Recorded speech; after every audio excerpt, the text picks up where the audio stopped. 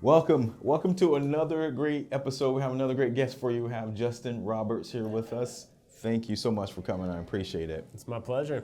So Justin, tell us a little bit about you. How long have you been in the industry and what got you in it?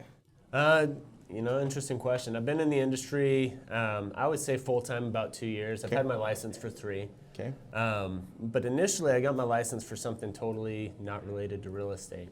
I was running a marketing company at the time, and we wanted to provide a service for real estate agents to help them to get leads.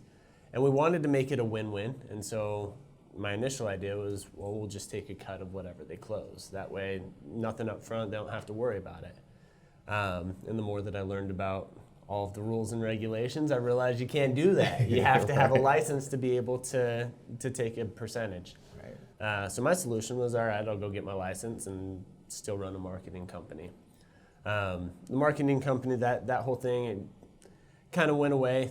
We decided to dissolve it, but I had my license and I looked at it and said, it might be fun to give it a shot, and so went full time with it, and here I am. Awesome. So is your, expertise in marketing, is that kind of the long haul of what you've been doing? I'd say yeah. Okay. It's marketing and marketing automation. Okay. So how have you been able to translate that over into your business model now? What's that look like for you? So, it really has helped a ton, because in terms of getting new leads to come in, I know that's one of the hardest things that you can do. Right. But for me, I've been able to just kind of hit the ground running. We initially started, I partnered with a lender, and we started doing simple things. We did first-time home buyer seminars, where we would go through what the buying process looks like.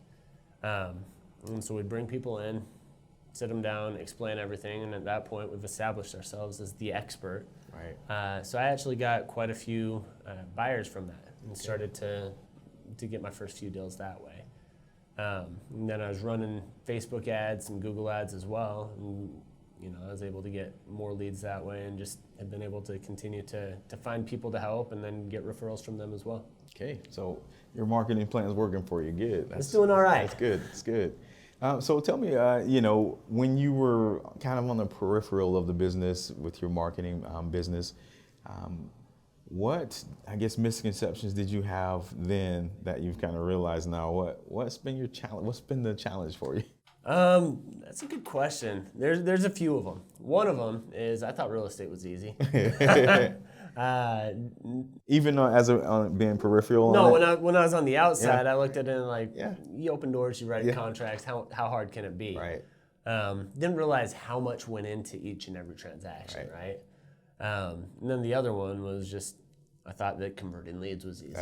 I figured I send you somebody with their name and email, why wouldn't you sell them a house? Right. And didn't realize how many people are hitting each buyer and seller, and how much timing is involved, Right. and just tenacity too. Definitely. What have you been able to do to, since you understand that timing and all that is important, what have you been able to do to keep in touch with people or to separate yourself from everyone else who's calling? So something that I do is I've got a system in place that helps me to kind of automate my one-on-one interactions. Okay. So especially with new leads, when they come in, you've got to hit those right away. Right. If you're not on the phone, texting or emailing them within 5 minutes, you probably lost them. I realized that I wasn't going to be able to do that all the time. Sometimes you're on a listing appointment. Sometimes you're, showering, hanging out with the kids, whatever it is, right? And so I was able to put a system in place so that every single lead that came in gets a text and an email from me within the first 5 minutes. And then from there, obviously I'm trying to give them a call. I'm trying to build that rapport and that connection. But if I'm not able to, we're still able to have our system in place where we'll hit them, a couple times a week for the first few weeks. That's good. That helps. Yeah, that definitely, okay, makes sense. I appreciate that. Thank you for sharing that.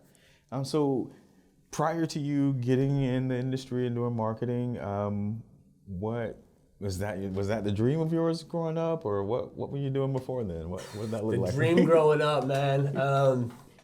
So I was a weird kid, Okay. not gonna lie. In 7th grade, I a class where I learned the word entrepreneurship. Okay. It was the first time I'd ever heard that. I wasn't really into foreign languages or anything, so they said, it's French. I'm like, forget it. That's not going to be my thing, right? And then the teacher said, well, an entrepreneur is someone who's their own boss. I was like, ooh, maybe that is my thing. I think I like that, and it just resonated with me. Okay. So I didn't know what I wanted to do. I just knew that I didn't want to be working for somebody else. I knew that I wanted to control my schedule, be able to have a life balance, and have a little bit more control generally. Makes sense. Okay. So you've been you're doing your own thing your whole life then? Out of college, I worked for a company. I did the corporate thing for about 5 years, but left, pretty quickly in the grand scheme of things. Makes sense. Makes sense. So growing up, then doing all the little different things that you did, what do you think would be the most unique way you've made money or earned any kind of a living? Unique way that I've learned, I don't know, man. I haven't done anything super unique. That's okay. Even as a kid, I always had little ventures I was doing. Okay. In high school, I found a realtor that was doing a lot of flips, and so I decided, hey, you don't like painting? Let me be your painter, and I hired out my buddies, and we went and we painted their houses. Made, I thought, good money. I look back on it now and wish that I had someone that would paint my houses for that amount.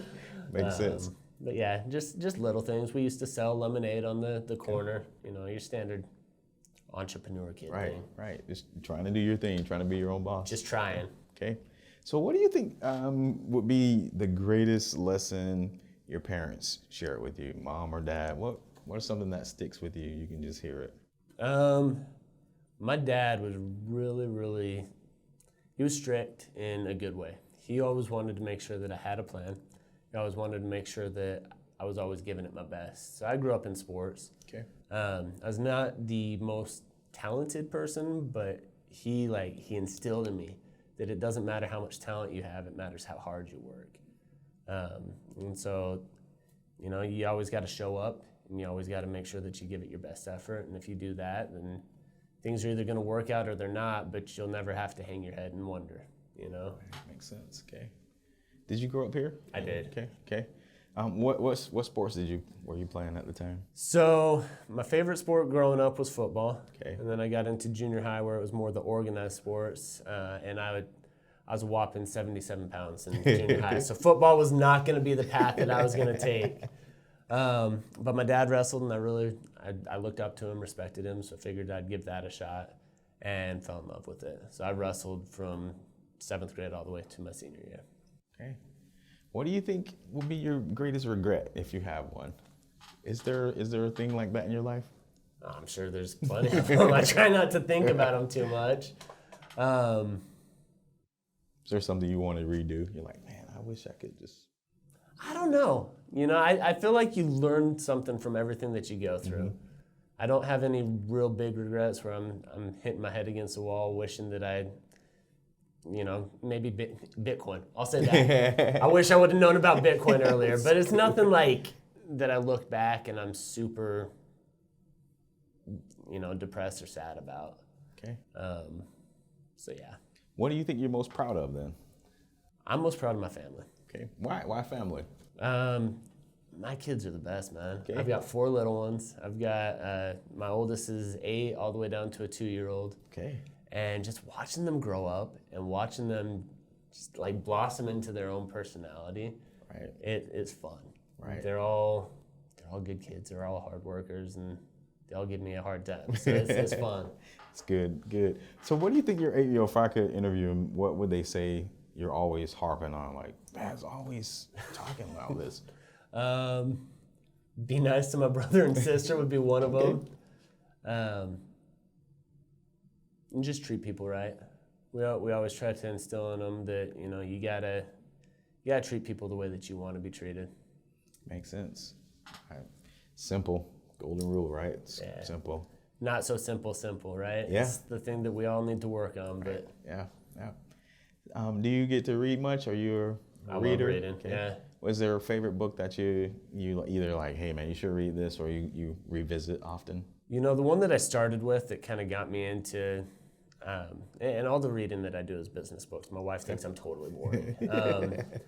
But Rich Dad Poor Dad, I think anyone that's gone into business for themselves has or should read that. And then How to Win Friends and Influence People is a good one. But the one that I've liked most recently it's by, his last name's DeMarco. It's called Unscripted. Okay. What about that? What stuck out to you in there? Man, we go through this life and we're told this is the script, like go to school, get good grades, go to a good college, work really hard until eventually you'll be able to retire. And he basically just says, yeah, forget all that crap, man. Like, you need to figure out what you want in life and you need to create a plan for that. And then you just need to work towards it and not let anything get in your way. You know, I love that stuff, and because I have 4 kids as well, and my wife and I, we're always trying to, instill in them not the things that we got instilled, like money doesn't grow on trees. Yes, it does. It's paper. What are you talking about? Like, hello, right? I mean, that's false, right? And so just little simple things like we noticed that we were doing that early on in our marriage to the kids, like there's no money, those, but we've broken those. And just trying to explain to the kids that, life can be whatever you see, whatever you want to be. But have you been able to, to correct that in yourself and with your kids? I love that because, and with my kids, we're working on it, right? And I'm still personally working on it. But a fundamental change that I've been trying to make the last 10 years is instead of we can't afford it, it's how can we afford it? How can we make this happen, right? Anything that you want to do, if you're dedicated enough, you can figure out a way to make it happen. This is so true. It's something that, it's a struggle because it's ground into you. Hey, make sure that you're saving, don't spend money on. Go to school, do this, all that. Those things, but, right? Yeah. Yeah, it's tough. It's having faith in that stuff that it actually works and it can work for our children but yeah, you just gotta move forward and do it, right? Well, and sometimes there's rough roads before you get to it too. Very true, very true. You gotta put in the work. Very true. I appreciate you sharing that perspective. Thank you so much. I appreciate you coming on. That's kind of questions I had for you. It's been great chatting with you and just getting some perspectives that I appreciate it. But where can the audience find you, and what's your email and phone number? How can they get a hold of you? Yeah, so you can go to my website. It's NHE Team. My phone number, this is my cell phone. Feel free to call, text. It's 480-313-0329. And then my email is just justin@nheteam.com. Awesome. Thanks for coming on, man. Appreciate it. My pleasure, man. Thank you.